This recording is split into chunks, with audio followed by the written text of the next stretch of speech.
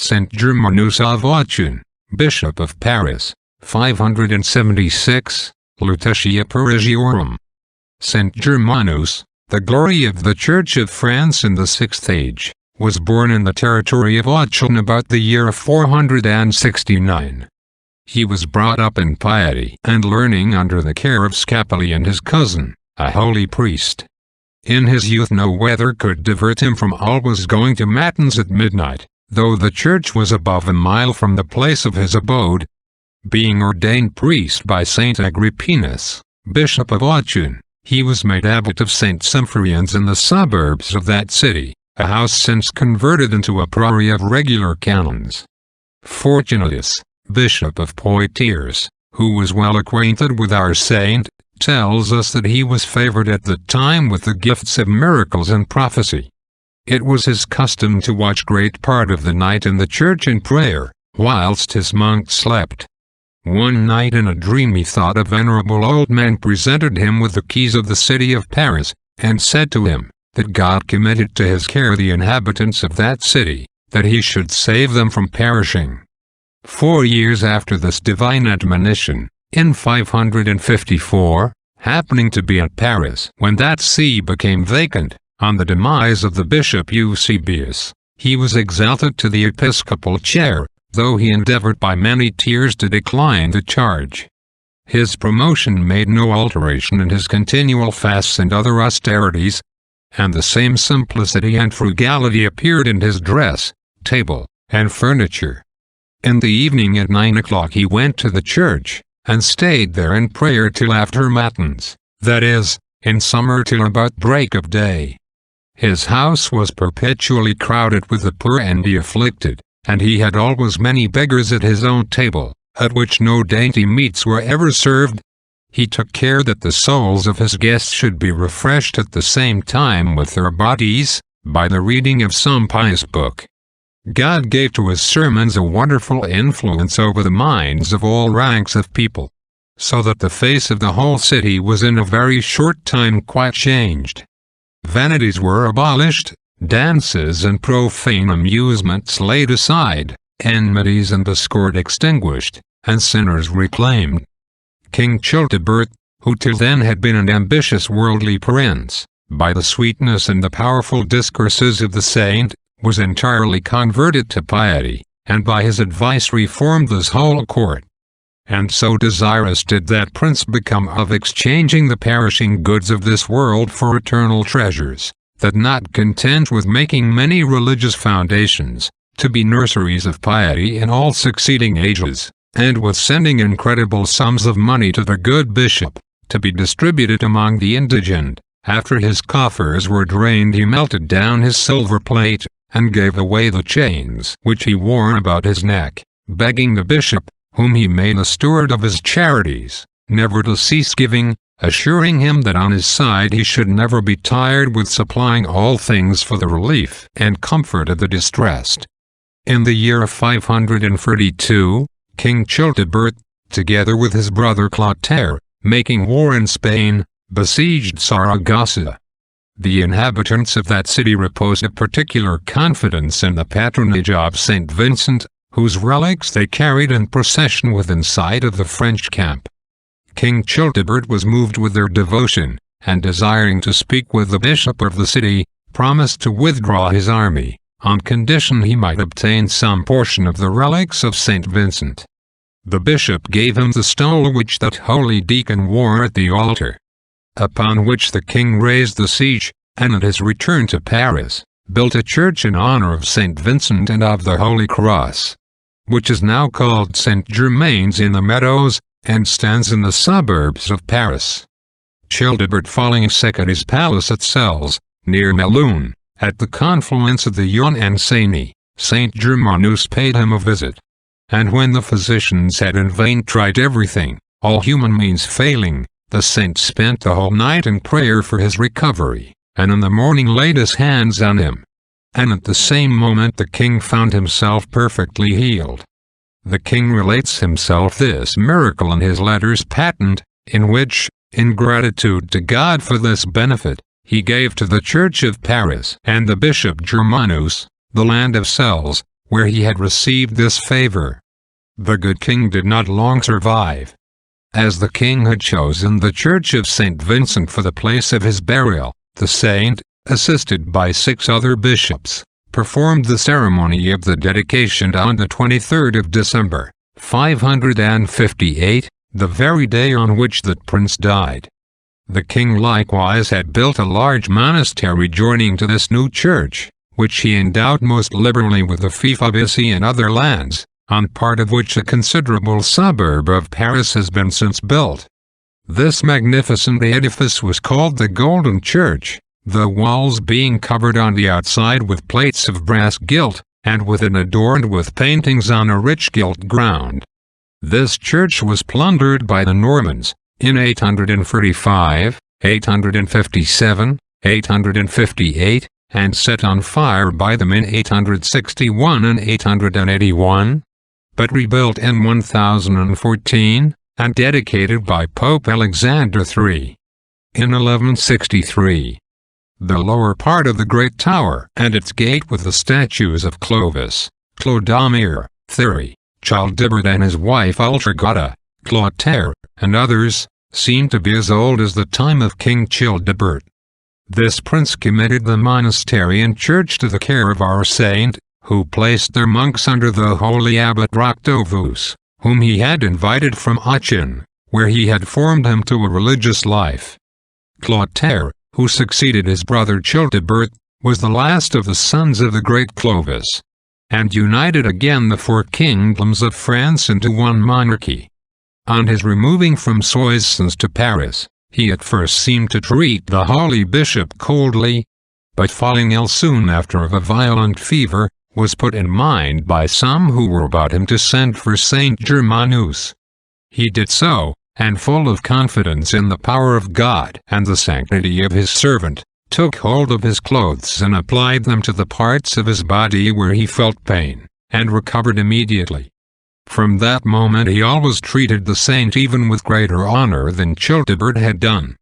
But that prince dying shortly after, in 561, his 4 sons, Charibert, Gontran, Sigebert, and Chilperic, divided the French monarchy into 4 kingdoms, in the same manner as the sons of Clovis had done. That of Paris was given to Charibert or Heribert, Gontran was king of Orleans and Burgundy, Sigebert of Austrasia, and Chilperic of Soissons. Charibert sunk into a vicious indolence, yet was obstinate and headstrong in his passions. Not being divested of all the prejudices of paganism, he divorced his wife Ingoberga, and took to wife Marcabasa her maid, who had worn a religious habit. And after her death, he married her sister Mirafilda, Ingoberga being still living.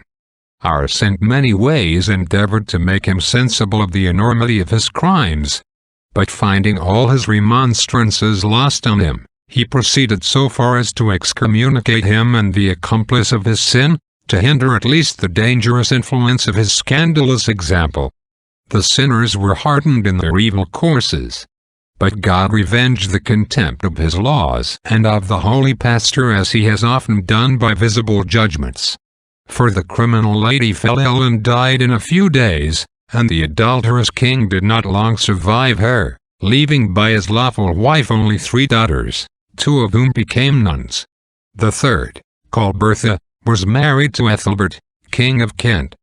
Upon the death of Charibert in 570, his 3 brothers divided his dominions, but not being able to agree who should be master of Paris, the capital, came to an accommodation that they should hold it jointly, on condition that none of them should go into the city without the leave of the other 2. St. Germanus found his flock involved by this agreement in great difficulties, and the city divided into 3 different parties, always plotting and counterplotting against one another. He did all that the most consummate charity, prudence, and vigilance could do, to preserve the public peace. Yet Sigebert and Chilperic appeared in arms, being fired by ambition, and stirred up by their wicked queens, Fredegonda, wife of the latter, and Brunihilde of the former, burning with the most implacable jealousy against each other. The saint prevailed with them to suspend their hostilities for some time. At length Chilperic invaded the territories of Sigebert, but being worsted in battle, fled to Tournai. This victory left Sigebert for liberty of going to Paris with his wife Brunihaut and children, where he was received as conqueror. Saint Germanus wrote to the queen, conjuring her to employ her interest with her husband to restore the peace of France, and to spare the life and fortune of a brother, whose ruin and blood would cry to heaven for vengeance. But Brunihaut's passion rendered her deaf to all remonstrances, and Sigebert was determined by her furious counsels to besiege Tournai. As he was setting out for this enterprise, he was met by Saint Germanus, who told him that if he forgave his brother, he should return victorious. But if he was bent on his death, divine justice would overtake him, and his own death should prevent the execution of his unnatural design. Sigebert allowed this wholesome advice no weight. But the event showed that God had put these words in the mouth of the good bishop. For Queen Fredegunda, enraged at the desperate posture of her husband's affairs, hired 2 assassins, who dispatched him with poisoned daggers, whilst he made a halt in his march at Vitry, in 575, after he had reigned 14 years, with some reputation of humanity, as Fortunatus tells us. Chilperic, by his tyranny and oppressions, deserved to be styled the French Nero, as Saint Gregory of Tours calls him. He sacrificed his own children by former wives to the fury of Fredegunda, but having discovered her infidelity to him, he was, by her contrivance, murdered by her gallant in 584. Fredegunda was regent of the kingdoms of Soissons and Paris for her son Clotaire II, and continued her practices and wars against Brunihaut and her son till she died, in 601. Brunihaut governed the kingdom of Australia for her son Childebert II, and after his death for her grandson Theodebert, but afterwards persuaded Theodoric, her second grandson, who reigned at Chalons, to destroy him and his whole family in 611. The year following Theodoric died, and Clotaire II, surnamed the Great, son of Fredegunda, inheriting both their estates, accused Brunihaut before the states of putting to death 10 kings and Saint Desiderius, Bishop of Vienna, because he had reproved her for her public scandalous lusts, and many other illustrious persons. She had at first appeared liberal, and built several churches, but afterwards became infamous for her cruelty, avarice, restless ambition, and insatiable lust, to which she sacrificed all things, and employed both the sword and poison in perpetrating her wicked designs. Being condemned by the states, she was put to the rack during 3 days, and afterwards dragged to death, being tied to the tail of a wild mare, or, according to others, drawn between 4 horses, in 613. Saint Germanus lived not to see the miserable ends of these 2 firebrands of their country.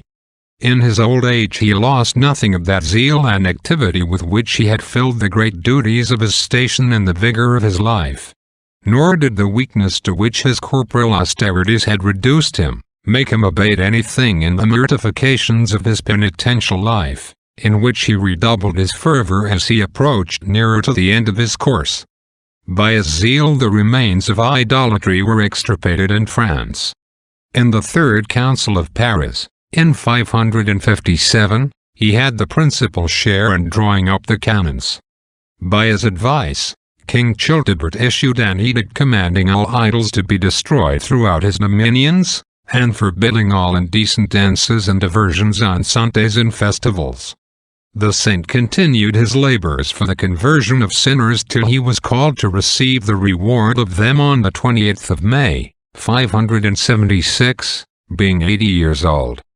King Chilperic composed his epitaph, in which he extols his zeal for the salvation of his people, and their affection and veneration for his person. He mentions the miracles which were wrought at his tomb, and says that sight was restored to the blind and speech to the dumb. He was, according to his own desire, buried in St. Symphrian's chapel, which he built at the bottom of the Church of St. Vincent already mentioned. Many miracles manifested his sanctity, of which Fortunatus, then a priest, afterwards Bishop of Poitiers, has left us a history, in which he gives two on his own evidence. Also two anonymous monks compiled relations of several miracles of Saint Germanus, which Germanus, a monk of this monastery in 870, and a careful writer, digested into two books. The relics of Saint Germanus remained in the aforesaid chapel till the year 754, when the abbot removed them into the body of the church. The ceremony of this translation was performed with great solemnity, and King Pepin thought himself honored by assisting at it. Prince Charles, known afterwards by the title of Charlemagne, who was then but 7 years old, attended his father on this occasion, and was so strongly affected with the miracles performed at that time, that when he came to the crown, he took a particular pleasure in relating them, with all their circumstances. The greatest part of the relics of Saint Germanus remain still in this church of St. Vincent, commonly called Saint-Germain-des-Prés. This abbey is possessed of the original privilege of its foundation and exemption, written on bark, and subscribed by Saint Germanus, Saint Nicetius, and several other bishops. The most valuable work of Saint Germanus of Paris is an exposition of the liturgy, published from an ancient manuscript by Dom. Martin. The characteristical virtue of Saint Germanus was his unbounded charity to the poor. Liberality in alms moves God to be liberal to us in the dispensations of his spiritual graces. But he who hardens his heart to the injuries and wants of others, shuts against himself the treasury of heaven. Amen.